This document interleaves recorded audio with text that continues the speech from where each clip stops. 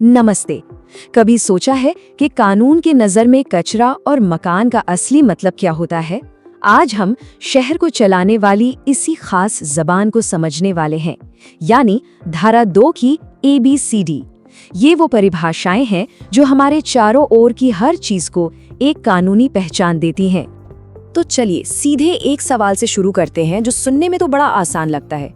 कानून की नज़र में क्या एक टेंट को बिल्डिंग माना जाता है? इसका जवाब शायद आपको चौंका दे, और यही आज हमारे विश्लेषण का केंद्र है कि कैसे कानूनी परिभाषाएं सब कुछ बदल सकती हैं। देखिए, बात बहुत सीधी सी है। कानून की किताब में रोजमर्रा में इस्तेमाल होने वाले शब्दों का भी एक बहुत खास और बिल्कुल फिक्स्ड मतलब होता है, और इन परिभाषाओं को समझना ही शहर के नियमों को सही मायनों में समझने का पहला कदम है। तो ठीक है, चलिए शुरू करते हैं। खोलते हैं राजस्थान नगरपालिका अधिनियम 2009 की ऑफिशियल डिक्शनरी। यही वो सेक्शन है जो शहर की पूरी रूल बुक की नींव रखता है। तो ये जो कानून की धारा 2 है ना, ये असल में एक डिक्शनरी ही है। इसमें उन सभी जरूरी शब्दों को समझाया गया है जो आगे बार बार इस्तेमाल होंगे।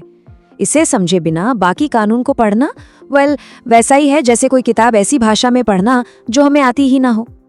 शुरुआत करते हैं उन चीजों से जिन्हें हम हर दिन देखते हैं, कचरा और बिल्डिंग्स। देखते हैं कि कानून हमारी दुनिया की इन फिजिकल चीजों को कैसे डिफाइन करता है। और यहीं से बात दिलचस्प हो जाती है। कानून के लिए हर कचरा एक जैसा नहीं होता। जरा ध्यान से देखिए, घृणोत्पादक पदार्थ यानी ऑफेंसिव मैटर और कूड़ा करकट यानी रबिश दो अलग अलग चीजें हैं। एक तरफ है रसोई का कचरा और गोबर, तो दूसरी तरफ है धूल, राख और टूटी ईंटें। कानूनी तौर पर ये दो अलग कैटेगरी हैं। अब बात करते हैं मल यानी सीवेज की। इसकी परिभाषा में टॉयलेट और नालियों का गंदा पानी तो आता ही है, लेकिन असली की पॉइंट ये है कि इसमें फैक्ट्रियों से निकलने वाला वेस्ट वाटर, जिसे ट्रेड एफ्लुएंट कहते हैं, वो भी शामिल है। तो ये रहा सबसे जरूरी पॉइंट। कानूनी तौर पर घृणोत्पादक पदार्थ की परिभाषा में मल या सीवेज शामिल नहीं होता। ये दो बिल्कुल अलग श्रेणियां हैं और इस फर्क को समझना बेहद जरूरी है। अब आते हैं भवन पर। कानून कहता है कि किसी भी मटेरियल से बनी कोई भी संरचना एक भवन है। इसमें नींव, दीवारें, छत, चिमनी और हाँ, इस पे गौर कीजिएगा, 3 मीटर से ऊंची बाउंड्री वॉल भी शामिल है। और अब वापस हमारे पहले सवाल पर, क्या टेंट एक बिल्डिंग है? जवाब है बिल्कुल नहीं। कानून साफ तौर पर टेंट, शामियाना और तिरपाल को इस परिभाषा से बाहर रखता है। ये एक परफेक्ट उदाहरण है कि कानूनी परिभाषाएं कैसे काम करती हैं। और जब हम कॉम्प्लेक्स की बात करते हैं तो यहाँ सब कुछ नंबरों का खेल है। अगर एक बिल्डिंग में 10 या उससे ज्यादा रहने की यूनिट्स हैं तो वो रेजिडेंशियल कॉम्प्लेक्स है, और अगर 25 या ज्यादा कमर्शियल यूनिट्स हैं तो वो कमर्शियल कॉम्प्लेक्स कहलाता है। बिल्कुल सटीक। तो हमने शहर की चीजों को तो समझ लिया, अब बारी है लोगों की। चलिए देखते हैं कि ये कानून शहर को चलाने वाले और यहाँ रहने वाले लोगों को, मतलब अधिकारियों और नागरिकों को कैसे डिफाइन करता है।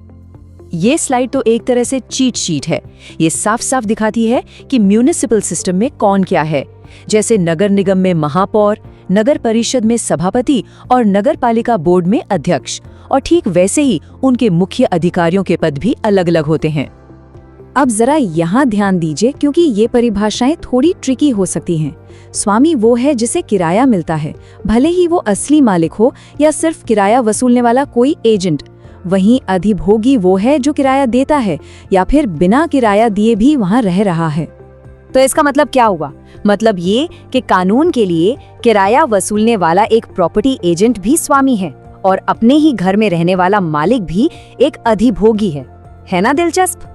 चलिए अब बात करते हैं शहर की सेहत की, पब्लिक हेल्थ और सेफ्टी से जुड़े शब्दों का, जैसे बीमारी, न्यूसेंस और डेयरी। कानूनी मतलब क्या है? इसे एक और सवाल से समझते हैं। क्या एक दुकान जो सिर्फ पैकेट वाला दूध बेचती है, उसे कानूनी तौर पे डेयरी माना जाएगा? सोचिए जरा इस बारे में। कानून के मुताबिक डेयरी वो जगह है जहां दूध, मक्खन, घी या पनीर बेचने के लिए रखा या बनाया जाता है। ये है इसकी ऑफिशियल परिभाषा। तो जवाब है नहीं। कानून साफ कहता है कि जो दुकान सिर्फ सील बंद कंटेनरों में दूध बेचती है, वो डेयरी की परिभाषा में नहीं आती। एक और उदाहरण जो बताता है कि शब्दों के कितने खास मायने होते हैं। कानून कुछ बीमारियों को खतरनाक रोग का दर्जा देता है। इस लिस्ट में हैजा, प्लेग, चेचक और टीबी जैसी बीमारियां तो हैं ही, लेकिन सबसे जरूरी बात यह है कि सरकार के पास किसी भी दूसरी बीमारी को इस लिस्ट में जोड़ने का अधिकार है। अब ये जो न्यूसेंस शब्द है ना, इसकी परिभाषा बहुत ही वाइड है। कोई भी काम, जगह या चीज जो किसी को परेशान करे, खतरा पैदा करे, घिनौना लगे या सेहत और संपत्ति के लिए हानिकारक हो, वो न्यूसेंस है। मतलब इसमें बहुत कुछ आ सकता है। तो इन सभी परिभाषाओं को देखने के बाद सवाल ये है कि आखिर ये शब्द इतने जरूरी क्यों हैं? चलिए अपने इस विश्लेषण के आखिरी में इसे समेटते हैं। तो ये रही मुख्य बातें जो हमने सीखी। टेंट बिल्डिंग नहीं है, पर 3 मीटर की दीवार है। किराया लेने वाला एजेंट स्वामी है। पैकेट दूध बेचने वाली दुकान डेयरी नहीं है।